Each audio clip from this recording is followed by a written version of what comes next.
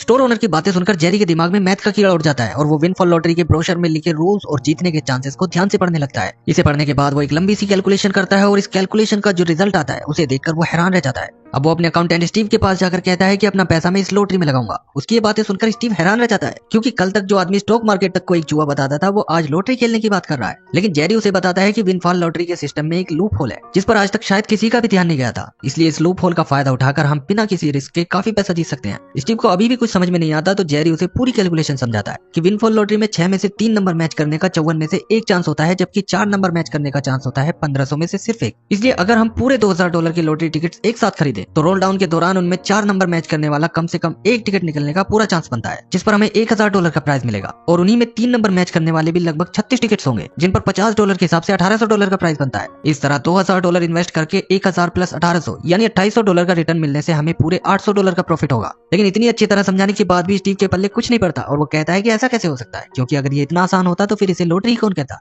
इस बात पर जेरी उससे कहता है कि पता नहीं तुम्हें अकाउंटेंट किसने बना दिया। ये कहकर वो सीधा अपनी बैंक जाता है और अपने अकाउंट से पूरे $2000 निकालकर एक्साइटमेंट में कैशियर से कहता है कि 2 दिन बाद ही मैं इनके 20% एक्स्ट्रा जमा करके जाऊंगा। अब अगले दिन सुबह जल्दी तैयार होकर वो पास के दूसरे टाउन के एक स्टोर पर लॉटरी खरीदने जाता है, क्योंकि उसके टाउन के लोग उसकी बहुत इज्जत करते थे। उसे डर था कि टाउन में अगर किसी को भी उसके लॉटरी खरीदने की बात पता चल गई तो उसकी बदनामी भी हो सकती है। अब दूसरे टाउन के इस स्टोर पर खड़ी लेडी को वो $2000 की गड्डी दिखाकर कहता है कि मुझे 2000 विनफॉल टिकट्स चाहिए। 2000 टिकट्स की बात सुनकर वो लेडी पहले तो जेरी को हैरानी भरी नजरों से देखने लगती है, लेकिन फिर वो उससे नोटों की गड्डी लेकर टिकट प्रिंट करने वाली मशीन से टिकट निकालना शुरू कर देती है। इसके बाद घर आकर जेरी टीवी पर लॉटरी वाला चैनल लगाकर विनिंग नंबर नोट कर लेता है। अब उसे 2000 लॉटरी टिकट्स एक एक कर चेक करने थे, लेकिन अब तक उसकी वाइफ मार्च भी घर का कुछ सामान लेकर वापस आ गई थी। उसे उसके लॉटरी खरीदने की बात पता न चले, इसके लिए वो घर से बाहर एक स्टोर पर जाकर सारे टिकट चेक करता है। लेकिन उनमें से जीते हुए लॉटरी टिकट्स की कैलकुलेशन करने के बाद वो देखता है कि $2000 के लॉटरी टिकट्स खरीदने के बाद वो सिर्फ $1628 की ही प्राइज मनी जीत पाया था, यानी कि अभी भी उसे $372 का लॉस हो गया था, जिससे जेरी का चेहरा उतर जाता है और उसे समझ नहीं आता कि उसकी कैलकुलेशन गलत कैसे हुई। शाम को घर पर उनके फैमिली फ्रेंड उनसे मिलने आते हैं, लेकिन जेरी तो अभी भी उन्हीं ख्यालों में खोया हुआ था। मार्ज ये सब नोटिस कर लेती है और मेहमानों के जाने के बाद आखिर वो उससे पूछ ही लेती है कि मुझे बताओ आखिर बात क्या है। जेरी उसे लॉटरी की बात तो नहीं बताता, लेकिन फिर भी वो उसे इतना कह देता है कि सब कुछ करने के बाद भी जैसा मैंने सोचा था वैसा कुछ भी नहीं हुआ और मैंने अपना चांस मिस कर दिया। मार्ज को लगता है कि वो अपने रिटायरमेंट की बात कर रहा है, इसलिए वो उसे समझाती है कि कोई चीज अगर अभी तुम्हारे हिसाब से नहीं हो रही है तो इसका मतलब ये तो नहीं हो सकता कि वो आगे भी नहीं होगी। वो कहती है कि तुम्हें ये बात माननी होगी कि जिंदगी में अगर गुड लग है तो बैड लग भी है। मार्ज की ये बात सुनकर जेरी कुछ सोचते हुए हंसने लगता है और उसे थैंक यू कहकर अंदर चला जाता है। उसे समझ में आ गया था कि दूसरों की तरह वो भी अब तक लक के सहारे ही खेल रहा था। अगले दिन वो फिर से बैंक जाता है और कैशियर को एक सिक्का उछाल कर दिखाते हुए कहता है कि इस सिक्के को अगर हम 1000 बार उछाले तो ये चांस है कि 60% हेड या 60% टेल आए, लेकिन इसी सिक्के को अगर हम 5000 बार उछालते हैं तो चांसेस 50% के आसपास आ जाते हैं और रिस्क बहुत कम हो जाता है। वो कहता है कि लक वाले फैक्टर को अगर कैलकुलेशन से दूर रखना है तो हमें सैंपल साइज बढ़ाना होगा। कैशियर को कुछ समझ नहीं आता कि वो किस बारे में बात कर रहा है, लेकिन जेरी आज अपनी सारी रिटायरमेंट मनी यानी $8000 अकाउंट से निकालकर अगले महीने के रोल डाउन में इनसे पूरे 8000 विनफॉल टिकट्स खरीद लेता है और विनिंग नंबर डिक्लेयर होने के बाद अपने टाउन के उसी स्टोर में जाकर सारे टिकट चेक करने लग जाता है।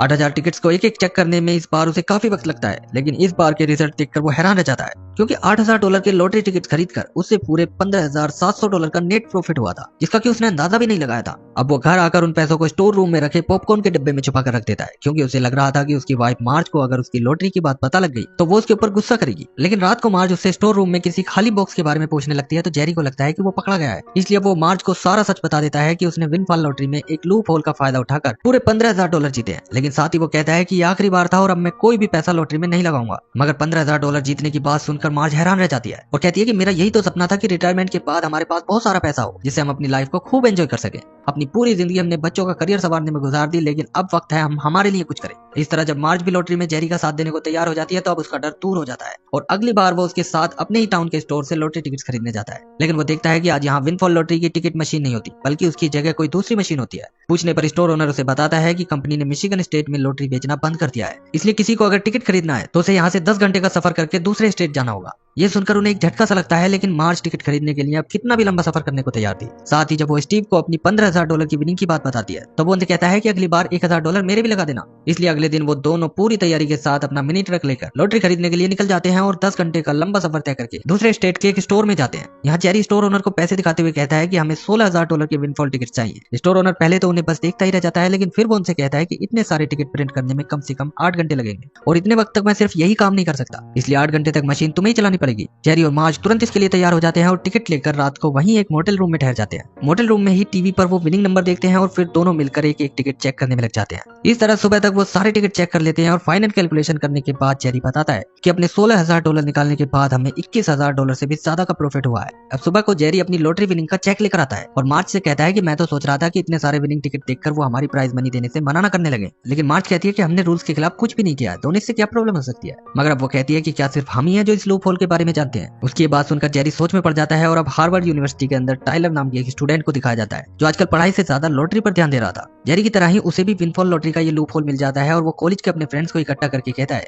कि इस लूप होल का फायदा उठाकर हम इतना पैसा जीत सकते हैं जितना पढ़ाई के बाद नौकरी करके भी नहीं कमा सकते, लेकिन इस लूप होल का फायदा उठाने के लिए हमें बहुत ज्यादा टिकट्स खरीदने होंगे, इसलिए किसी भी बहाने से अपने माँ बाप से जितना हो सके उतना पैसा मांग लो। दूसरी ओर जेरी और मार्ज अपने टाउन पहुंचने वाले होते हैं, तभी मार्ज के दिमाग में कोई बात आती है और वो कार रुकवाकर जेरी से कहती है कि जब नौकरी के लिए तुम पहली बार इस टाउन में आए थे उस वक्त तुम चाहते थे कि किसी तरह यहाँ के लोगों की कुछ मदद की जाए। उस वक्त तो ऐसे हालात नहीं बन पाए थे, लेकिन आज हमारे पास मौका है यहाँ के लोगों के लिए कुछ करने का। जेरी समझ गया था कि वो यही कहना चाह रही है कि ज्यादा टिकट खरीदने से जीतने के चांस अगर बढ़ रहे हैं तो क्यों ना अपने टाउन के लोगों का भी पैसा इसमें लगवाया जाए। वो मुस्कुराकर इसके लिए तैयार हो जाता है और अब वो स्टीव की मदद से अपना एक कॉर्पोरेशन रजिस्टर करवा लेते हैं और अपने टाउन के लोगों को बताते हैं कि इस कॉर्पोरेशन में जो भी जितना पैसा लगाएगा तो लॉटरी के जीते हुए पैसों में से उसे उसी के अकॉर्डिंग अपना हिस्सा मिल जाएगा। टाउन के लोगों को जेरी की ईमानदारी पर पूरा भरोसा था, इसलिए वो सब उसके साथ पैसा लगाने को तैयार हो जाते हैं और कुछ लोग जिनके पास पैसे नहीं थे वो कोई सामान बेचकर पैसे का अरेंजमेंट करते हैं। यहाँ तक कि जेरी के फैमिली फ्रेंड जो लॉटरी को बैन करवाने जैसी बातें करते थे वो भी अपना पैसा जेरी के साथ इन्वेस्ट करने के लिए उतावले हुए जा रहे थे। इसके बाद जेरी अपनी बेटी से ये बात बताता है तो वो बिना कोई डिटेल पूछे तुरंत ही इसमें इन्वेस्ट करने को तैयार हो जाती है, क्योंकि उसे अपने फादर के तेज दिमाग पर पूरा भरोसा था। लेकिन उसका बेटा मना कर देता है क्योंकि लड़के कहाँ अपने बाप को कुछ मानते हैं, वो तो हमेशा अपने बाप को वही पुराने ख्यालों वाला बूढ़ा इंसान समझते हैं।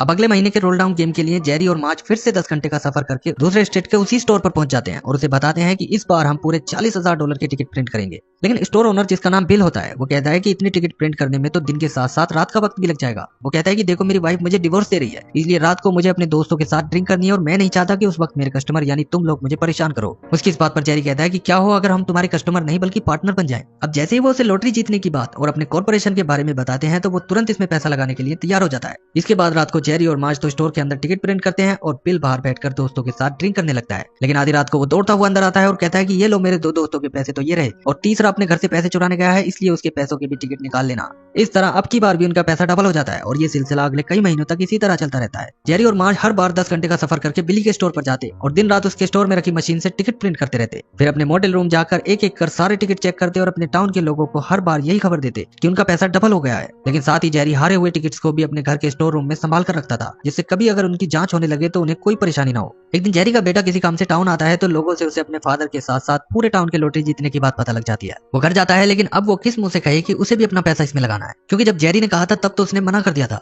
मगर उसके कुछ कहने से पहले ही जेरी कहता है कि जीते हुए पैसों में तुम्हारा भी एक शेयर है और इसका इंतजाम मैंने कॉर्पोरेशन के शुरू में ही कर दिया था। जिसे सुनकर जेरी का बेटा उसे देखता रह जाता है। अब शेयर होल्डर मीटिंग के दौरान जेरी बताता है कि इस बार हम 3 लाख से भी ज्यादा टिकट्स खरीदेंगे। स्टीव जेरी से पूछता है कि हर बार तुम पहले से डबल पैसों के लॉटरी टिकट्स खरीदते हो जिन्हें प्रिंट करने और चेक करने में ही तुम्हें कई दिन लग जाते हैं, इसलिए तुम थोड़े पैसों के टिकट क्यों नहीं खरीदते। इस पर जेरी कहता है कि ये तो अच्छी बात है क्योंकि मुझे करने को कोई काम मिल गया है। वैसे भी कंपनी को एक न एक दिन पता लग ही जाएगा कि उनके सिस्टम में एक लूप होल है और फिर शायद वो अपने रूल्स बदल देंगे, इसलिए जब हमारे पास पैसा है तो कंपनी को पता लगने से पहले जितना हो सके उतना पैसा जीत लेने में ही अक्लमंदी है। बिली के साथ मिलकर जेरी ने इसका इंतजाम भी कर दिया था। विनफॉल कंपनी ने एक ही लोकेशन पर दूसरी मशीन लगाने से मना कर दिया था, इसलिए बिली ने अपने एक दोस्त को भी इस स्कीम में शामिल करके उसके स्टोर पर दूसरी मशीन लगवा ली थी, जिससे अब जेरी और मार्ज दोनों अलग अलग मशीन से टिकट प्रिंट किया करेंगे। लेकिन अब दिखाया जाता है कि पिछले महीने एक न्यूज एडिटर ने अपनी रिपोर्टर को लॉटरी के बारे में कोई अच्छी सी खबर लाने का काम सौंपा था, इसलिए वो रिपोर्टर एक सरकारी ऑफिस के अपने सीक्रेट सोर्स के जरिए एक रिपोर्ट निकलवा कर लाती है और अपने एडिटर को बताती है कि मिशिगन में जेरी नाम का एक रिटायर फैक्ट्री वर्कर है जो हर महीने मिशिगन से 10 घंटे का सफर करके यहाँ आता है और विनफॉल लॉटरी में हर महीने एक मोटी प्राइज मनी जीत जाता है। एडिटर को जेरी के लगातार हर महीने जीतने पर कुछ शक होता है और वो अपनी रिपोर्टर से इसकी और ज्यादा इन्वेस्टिगेशन करने के लिए कह देता है। दूसरी ओर हार्वर्ड यूनिवर्सिटी में टाइलर दूसरे कॉलेज स्टूडेंट के साथ मिलकर पहली बार में ही $50,000 का लॉटरी प्राइज जीत जाता है।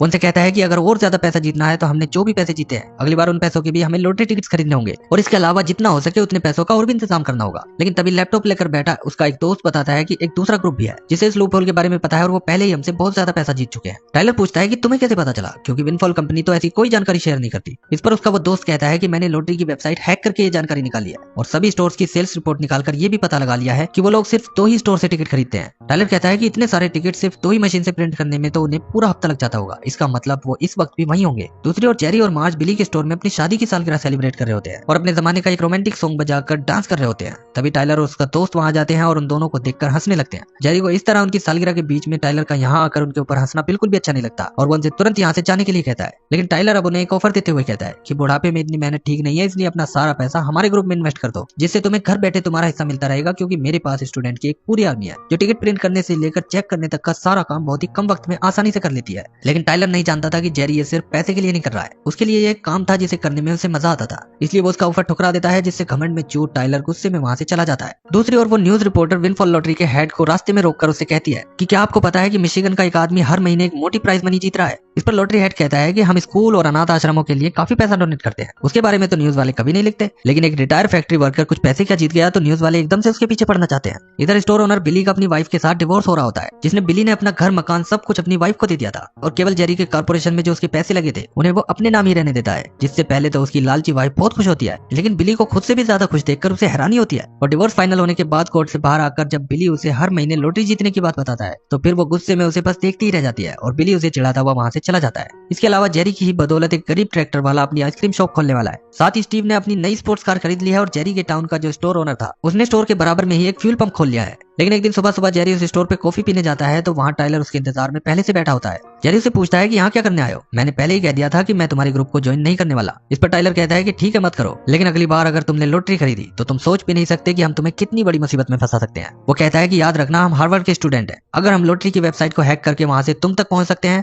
तो सोचो तुम्हारे और तुम्हारे लोगों के अकाउंट और क्रेडिट कार्ड की डिटेल निकालकर हम उनका इस्तेमाल तुम्हारे खिलाफ कर सकते हैं। इस तरह जेरी को धमकी देकर टाइलर वहां से चला जाता है और इस बार जेरी उसकी धमकियों में आ जाता है। अब वो अपने टाउन के सभी इन्वेस्टर्स को बुलाकर कहता है कि विनफॉल लॉटरी के अंदर हुए कुछ बदलाव की वजह से अब हम लॉटरी नहीं खरीद सकते। ये कहकर वो मीटिंग से बाहर चला जाता है, लेकिन वो स्टोर ओनर जेरी के बेटे को असली बात बता देता है, क्योंकि जेरी और टाइलर की बातें उसने भी सुन ली थी। अब जेरी का बेटा बाहर आकर उसे कहता है कि मैंने बचपन से देखा है कि सबने आपको और आपके टैलेंट को नजरअंदाज किया और किसी ने ये नहीं माना कि आप भी कुछ कर सकते हैं, और अब जब आपने अपने आप को साबित करके दिखा दिया और इस छोटे से टाउन के लोगों को भी बड़ा होने का एहसास करवाया तो कुछ कॉलेज स्टूडेंट से डरकर अब आप हार नहीं मान सकते। ये कहकर वो चला जाता है और जेरी इमोशनल होकर वहीं खड़ा रह जाता है। अब टाइलर अपने दोस्तों को शहर के हर कोने में टिकट्स खरीदने के लिए भेज देता है और उसे लगता है कि अब वो अकेला खिलाड़ी रह गया है इस खेल में। लेकिन दूसरी ओर मार्च जेरी से कहती है कि मैंने आज तक तुम्हें इस तरह प्रॉब्लम का बिना कोई हल ढूंढे हार मानते नहीं देखा। वो कहती है कि जब तक हम दोनों साथ हैं तब तक हम किसी से नहीं डर सकते, चलो चल के लॉटरी खरीदते हैं, जो होगा देखा जाएगा। जेरी उसकी इस बात पर हंसने लगता है और अब वो दोनों फिर से लॉटरी खरीदने बिली के स्टोर पर पहुंच जाते हैं। ये बात जब टाइलर का फ्रेंड उसे बताता है कि जेरी पर उसकी धमकी का कोई असर नहीं हुआ है तो वो गुस्से से पागलों की तरह चिल्लाने लगता है, क्योंकि उसकी कैलकुलेशन के हिसाब से अगर दो ग्रुप एक ही गेम में एक साथ खेलते हैं तो प्राइज मनी उतनी नहीं हो पाती जितनी अकेले ग्रुप के खेलने से जीती जा सकती है। उसका फ्रेंड कहता भी है कि वो खेलता है तो खेलने दो उसे, इसमें हम कुछ नहीं कर सकते। लेकिन टाइलर तो जैसे जेरी को अपना दुश्मन मान बैठा था, इसलिए अब वो उसे गेम से बाहर करने के लिए एक नया प्लान तैयार करता है। वो अपने फ्रेंड को बताता है कि विनफॉल कंपनी रोल डाउन तब करती है जब उसके $2 मिलियन के टिकट सेल हो जाते हैं और ऐसा ज्यादातर महीने के आखिरी हफ्ते में ही होता है। इसलिए जेरी भी उससे कुछ ही पहले यानी ज्यादातर आखिरी हफ्ते में ही सारे लॉटरी टिकट्स खरीदता है। लेकिन हमने विनफॉल लॉटरी की वेबसाइट को हैक कर रखा है, जिससे हम ये देख सकते हैं कि कब किस वक्त कितने टिकट सेल हो चुके हैं। इस तरह जब $1 मिलियन के आसपास टिकट सेल हो चुके होंगे तो उसके तुरंत बाद बाकी के $1 मिलियन के टिकट हम खरीद लेंगे, जिससे रोल डाउन वक्त से पहले ही हो जाएगा और जेरी को टिकट खरीदने का मौका ही नहीं मिल पाएगा। लेकिन उसका दोस्त कहता है कि $1 मिलियन कोई हलवा है क्या, इतने पैसे आएंगे कहाँ से। इस पर टाइलर अपने फादर जो कि एक कॉर्पोरेट लॉयर होते हैं उनके कुछ अमीर बिजनेसमैन दोस्तों से मिलकर उन्हें विनफॉल लॉटरी का यह पूरा प्लान समझाता है। उन लोगों को कम टाइम में इतना पैसा कमाने का टाइलर का यह प्लान सही लगता है और वो इसमें इन्वेस्ट करने को तैयार हो जाते हैं। जिसके बाद टाइलर अपने सारे दोस्तों को टिकट प्रिंट करने के लिए अलग अलग जगह भेज देता है। लेकिन अपने आप को जेरी से ज्यादा जीनियस साबित करने के चक्कर में इस बार उसने इतना बड़ा रिस्क ले लिया था कि पहली दफा उसे डर भी लग रहा था कि अगर किसी का जैकपॉट लग गया और रोल डाउन हुआ ही नहीं तो वो इन्वेस्टर उसे जिंदा नहीं छोड़ेंगे। दूसरी ओर बिली हड़बड़ाते हुए जेरी से मिलने उसके मोटेल रूम जाता है और बताता है कि इस बार तो दूसरे हफ्ते में ही रोल डाउन हो गया। जेरी समझ जाता है कि टाइलर और उसके दोस्तों ने सारे टिकट खरीदकर पहले ही रोल डाउन होने पर मजबूर कर दिया होगा, क्योंकि उसे पता था कि उन लोगों ने विनफॉल लॉटरी की वेबसाइट हैक कर रखी है और उन्हें सब पता है कि किस वक्त पर कितने लॉटरी टिकट सेल हुए हैं। अब वो तुरंत हार्वर्ड यूनिवर्सिटी पहुंच जाता है, जहां उसे देखकर अपने दोस्तों के सामने टाइलर उसकी मजाक बनाने लगता है कि तुम टिकट भी नहीं खरीद पाए और हम पहले ही विनर बन गए। लेकिन जेरी उसकी मजाक का बुरा नहीं मानता, क्योंकि वो तो यहाँ कुछ और ही चाल चलने आया था। वो कहता है कि मैं तो एक रिटायर्ड बूढ़ा आदमी हूँ, मेरे पास करने को कुछ नहीं है, शायद इसलिए मैं लॉटरी टिकट खरीदता हूँ। लेकिन देश की इतनी बड़ी यूनिवर्सिटी के ये जो स्टूडेंट हैं, इन्हें तुम अभी तो लॉटरी से थोड़ा पैसा दिला दोगे, लेकिन इनके आगे पूरी जिंदगी पड़ी है। आने वाले वक्त में तुम इनकी कैसे मदद करोगे? उस वक्त तो इनकी एजुकेशन ही इनकी मदद कर पाएगी और इस वक्त तुम्हारे चक्कर में ये सब अपनी पढ़ाई लिखाई भी ठीक से नहीं कर पा रहे होंगे। जेरी की इस बात पर वहाँ बैठे सारे स्टूडेंट के सर नीचे झुक जाते हैं, जिसके बाद वो वहाँ से चला जाता है। दूसरी ओर स्टीव और बिली से बात करते हुए जेरी के दिमाग में एक आइडिया आता है और वो मार्च के साथ किसी तरह विनफॉल लॉटरी के हेड से मिलकर उसे बताता है कि हार्वर्ड यूनिवर्सिटी के कुछ स्टूडेंट ने मिलकर लॉटरी की वेबसाइट को हैक करके गेम को अपने हिसाब से रोल डाउन होने पर मजबूर कर दिया। इसलिए हम चाहते हैं कि वेबसाइट पर ये सारा डाटा पब्लिक होना चाहिए, जिससे सबको जीतने का बराबर मौका मिल सके। लॉटरी का हेड उनकी बात मान जाता है और इसके बाद जब टाइलर को ये पता चलता है कि अब कोई भी विनफॉल लॉटरी को ट्रैक कर सकता है तो उसका दिमाग खराब हो जाता है, लेकिन वो अभी भी जेरी को हराने की जिद पर अड़ा था। इसलिए अब वो पहले की तरह ही लॉटरी खेलने का मन बना लेता है। मगर अगली बार लॉटरी खरीदने के टाइम पर कोई भी उसके पास नहीं आता, क्योंकि सारे स्टूडेंट ने अब ये मन बना लिया था कि उनके माँ बाप ने उन्हें जिस काम के लिए यहाँ भेजा है अब वो उससे कभी नहीं भटकेंगे। यानी लॉटरी का चक्कर छोड़कर अब वो सिर्फ अपनी पढ़ाई पर ध्यान देंगे। टाइलर का इस बात से दिमाग खराब हो जाता है, लेकिन उसे अब यह एहसास हो गया था कि वो जेरी से कभी नहीं जीत पाएगा। दूसरी ओर इस रिपोर्टर को जेरी के साथ साथ टाइलर के भी लॉटरी जीतने की सारी डिटेल्स मिल जाती है कि उन्होंने कब और कितनी रकम लॉटरी से जीती है। एक दिन वो जेरी के घर पर आ जाती है, लेकिन यहाँ आकर जब उसे पता चलता है कि जेरी ने ये सिर्फ अपने लिए नहीं किया बल्कि इससे उसने अपने पूरे टाउन की मदद की है, तो वापस आकर ये बात वो अपने एडिटर को भी बताती है। लेकिन एडिटर इस खबर को छापने की बात पर अड़ ही जाता है और अगले दिन के अखबार में जेरी और टाइलर की खबर अखबार के फ्रंट पेज पर होती है, जिससे अब लॉटरी वाले भी एक्शन में आ जाते हैं। और जेरी और मार्ज जब टिकट खरीदने जाते हैं तो बिली उन्हें अखबार दिखाते हुए बताता है कि लॉटरी वालों ने उन सभी स्टोर के लाइसेंस कैंसिल कर दिए हैं जिनसे जेरी और टाइलर टिकट खरीदते थे। दूसरी ओर टाइलर के फादर भी कॉलेज आकर टाइलर को अखबार की वो न्यूज दिखाते हैं और उससे कहते हैं कि बहुत कर ली तुमने पढ़ाई, अब सामान पैक करके तुरंत घर की तरफ रवाना हो जाओ। अब अपने घर पर मार्ज और उसकी बेटी न्यूज देख रही होती है, जिसमें बताया जाता है कि विनफॉल लॉटरी के पुराने सिस्टम को बंद करके कंपनी एक नया सिस्टम लेकर आएगी और आज रात का रोल डाउन आखिरी रोल डाउन होगा। मार्ज अब गार्डन के बाहर बैठे जेरी को देखते हुए कहती है कि जेरी के लिए ये सिर्फ पैसे कमाने का खेल नहीं था, बल्कि एक जरिया था अपने टैलेंट के जरिए अपने लोगों से कनेक्ट होने का। बाहर जेरी भी चुपचाप बैठा होता है, क्योंकि अब उसके पास कोई काम नहीं रह गया था करने के लिए। तभी अपनी स्पोर्ट्स कार में स्टीव उसे लेने आता है और बताता है कि सारे शेयर होल्डर्स तुम्हारा इंतजार कर रहे हैं। जेरी उसके साथ चला जाता है और रास्ते में कई बार कहता है कि किसी को भी जरा सा भी घबराने की जरूरत नहीं है, क्योंकि हमने सब कुछ कानून के दायरे में रहते हुए किया है। लेकिन वहां जाकर वो देखता है कि उन लोगों ने उसके लिए एक शानदार पार्टी का इंतजाम कर रखा था। जेरी को देखते ही वो लोग खड़े होकर उसके लिए तालियां बजाने लगते हैं, जिसे देखकर वो इमोशनल होने लगता है। अखबार में न्यूज आने की वजह से इस बार जेरी और मार्ज ने बिल्कुल भी लॉटरी टिकट नहीं खरीदे थे। लेकिन जेरी का बेटा उसे बताता है कि उन्होंने बिली का लाइसेंस कैंसिल कर दिया तो क्या हुआ, हमने पूरे स्टेट के अलग अलग स्टोर से पूरा ट्रैक्टर भरकर टिकट खरीद लिए हैं। ये देखकर जेरी और मार्ज बहुत खुश होते हैं, क्योंकि एक आखिरी बार भी उन्हें टिकट चेक करने का मौका मिल गया था। अब वो सब इस शानदार पार्टी को खूब एंजॉय करते हैं, जिसके बाद जेरी और मार्ज टिकट वाले ट्रैक्टर की ओर दौड़े चले जाते हैं और इसी के साथ